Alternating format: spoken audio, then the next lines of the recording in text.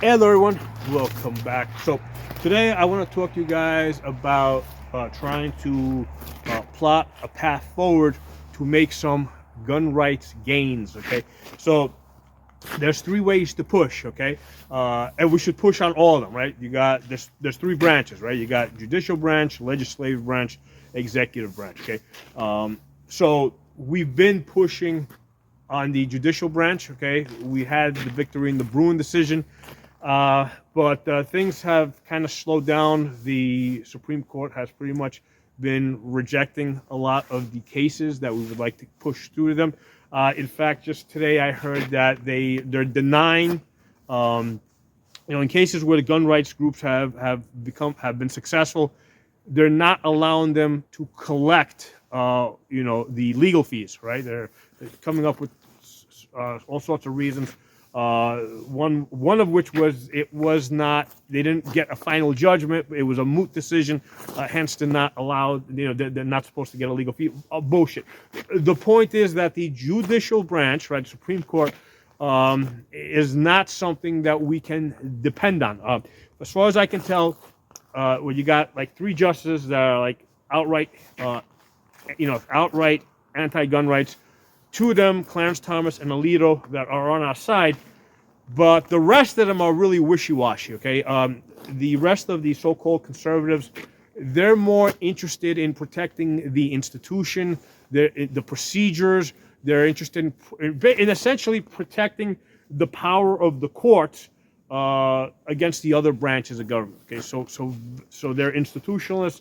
They're mostly interested in protecting the institution, and they want to basically keep the courts in business, right? They want to keep the lawyers working. They want to, they want to keep the courts busy, right? Because that's their business. Okay, so we should keep pushing through the judicial branch, but I'm not expecting, any major gains to come quickly from that direction. Okay, so the other way is legislative branch. Okay, so we've got two pieces of legislation that are moving through the Congress.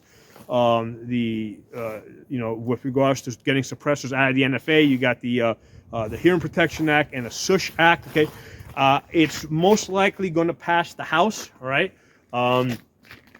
most likely, not guaranteed. Most likely, but on the Senate side, okay, I don't know, because remember, in the Senate you have to have 60 votes to overcome the filibuster. Okay, so first of all, you got 5 rhinos, right, that I have very little confidence of, right, or at least about 5 rhinos, right, it might be more. Okay, and then on top of that, you got to win over anywhere from 5 to 10 Democrats, right, in order to overcome the filibuster. Okay, that's gonna be tough, man. From everything I saw during the hearing confirmations, I have very little confidence right now of that actually happening. Okay, there's just, rhinos are a real thing, man, and again, on top of that, you still got to win over Democrats. So, what are we left with, right? So, I think the place where we are strongest right now is in the executive branch, and I don't mean specifically Trump, although I really like what he's doing, particularly with defunding Democrats, right, taking away their U.S. aid money and all that stuff. I like what Trump's been doing so far, but where I think we are strongest is with Kash Patel as director of the FBI, and then Dan Bongino as his second in charge. Okay, so Kash Patel, the FBI director, he's already on record with having very close ties with the GOA, right, Gun Owners of America. Don Bongino, second guy in charge, he's had really close ties with the NRA. Okay, so you've got two guys here that are clearly pro-gun rights, and the rumor is that Kash Patel is going to become the acting director of the ATF. Okay, acting director. And I guess that would mean that Bongino is now second in charge of the ATF.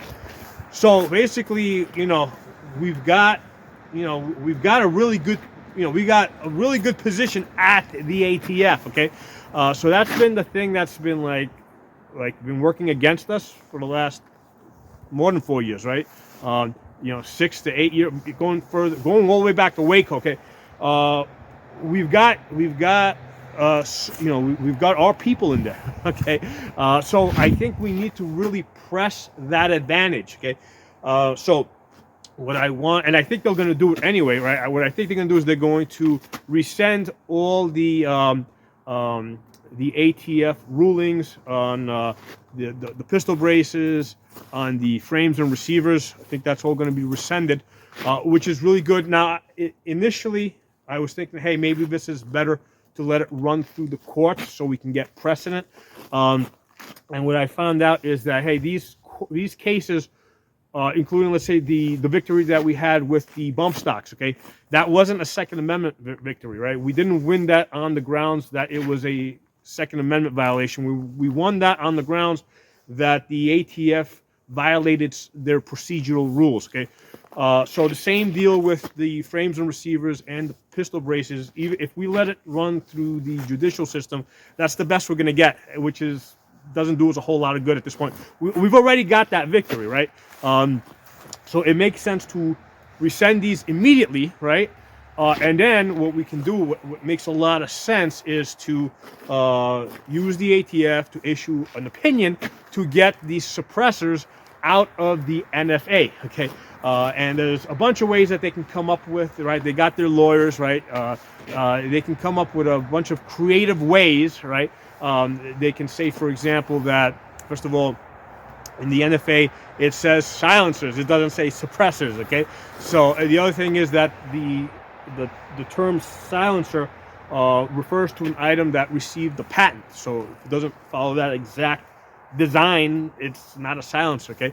Now, I did mention these two things in the prior video, and people were, some people said, hey, the NFA says anything that reduces the rapport.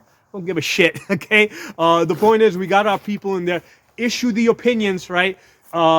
Let the companies start selling these directly to the public and put like millions of these in circulation, and let the anti-gunners fight us in court, right? Because everything that we have done over the last 4 years, right, with fighting Biden's ATF, let them go do that, right? Because here's the thing, like the GOA and a lot of these gun groups, right, they spent a whole bunch of money, used up a whole lot of resources to fight this through the court system, okay?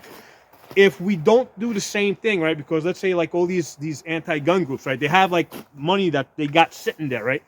If we don't do that, that money's going to sit there, right? And then they'll be able to use it for other things, like, for example, trying to restrict AR-15s, or or do more magazine bans. Okay, so it makes sense to keep them as busy as possible and burning up their money, because on our side right now we've got the ATF. So legally, like, we would have the Justice Department fight that on our behalf, right? Using, we would have the government fight that on our fight. If not the Justice Department per se, but we would have the government fight on our behalf using government money, okay? Whereas the anti-gunners, they now have to use their own money, their own resources, okay? So it makes sense to get the suppressors out of the NFA by decree, right? And let them fight that through court. Meanwhile, let the companies start shipping suppressors directly to people's houses, right? Unserialized, get millions of them into circulation. And you know what? If let's say a year or so, or maybe 2 or 4 years, right? It took 4 years for us to overturn the bump stock ban. Well, 4 years from now, if the anti-gunners ever have a victory, right? Actually get a victory, it says, hey, this ATF over here, right? It violated the procedural rules when they took the suppressors out of the NFA. All right, fine. So now they got to reverse it. Well, you know what? They're not getting the suppressors back, right? Once we get those suppressors, once they all go out into circulation, just like they didn't get the bump stocks back, they didn't get the pistol braces back, right? Same deal with suppressors. Once they go out, once they ship out the door, unserialized, unregistered, they are never going to get them back, okay? So 4 years down the road, yeah, you know what? Who cares if they have a victory? But plus, on top of that, we get them to spend all that money and waste all that money and use up their resources. What we don't want them to do is we don't want them to hold on to that money to pick and choose, how and when they're going to spend it. Okay, so tactically, this makes a lot of sense. Okay, press our advantage, get the suppressors out of the NFA, let the anti-gunners, have at it in the courts. Okay, the other thing that we can do is on the frames and receiver side, right? Aside from overturning the rule that first of all we can 80 because what we had they were selling the unserialized frames, right? The 80% frames, 80%. Why stop? Why not 95% or 99%, right? Where all you gotta do is drill one hole. Okay, so we can really push on that. And the other thing that we can do is the way that the law is technically written, right? And I'm just gonna paraphrase here. I'm not gonna get into too deep into the details, but the reason why, for example, the upper receiver, okay, on an AR-15 or the slide on your pistol is not considered a firearm, right? Is because it's a part that doesn't include all the components necessary for the gun to fire. Okay. So the upper receiver or the slide of your pistol only has the firing pin, right? It doesn't have the trigger group, right? So the same thing applies to the lower, right? Even the lower of an AR-15 or the grip of a pistol, okay? It contains the trigger group, right? But it doesn't contain the firing pin. So that part is not a complete firearm, okay? So the same way the slide is not a firearm, the lower is not a firearm. And this is not something I just pulled out of my ass. This is something that, a case that has already been made in the past, okay? But the point here is that we can now get the ATF to, go along with that and say, hey, you know what? This is pretty valid. This is our opinion. From now on, lowers and pistol grips, they're not firearms. They don't need to be serialized. They can ship direct to people's houses, okay? Complete, right? 100% complete. And again, let the anti-gunners spend their resources, their money, their time fighting that through the courts, okay?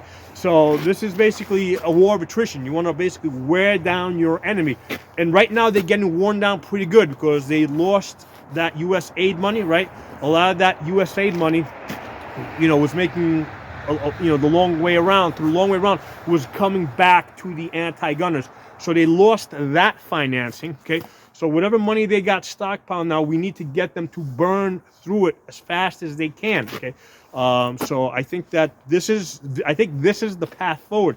So what I'd like you guys to do, right, is to spread this information, right? Spread this idea out there. You can either share my videos or you can make your own videos. I don't care. Or get on the different online forums and start typing, or go into the comments section and just start typing, right? And spread the information. This is what we need. I mean, we're not going to get any immediate victories out of the Supreme Court. We're probably not going to get anything out of the Congress, okay? We've got the executive branch right now. That's our home team right now, right? We got to press the home advantage, okay? Let's use the ATF to benefit us, right? Try to expand gun rights as much as we can, right? And then down the road, let the anti-gunners try to get that jack back in the box, okay? So drop some comments. Let me know what you guys think. I'll talk to you all soon.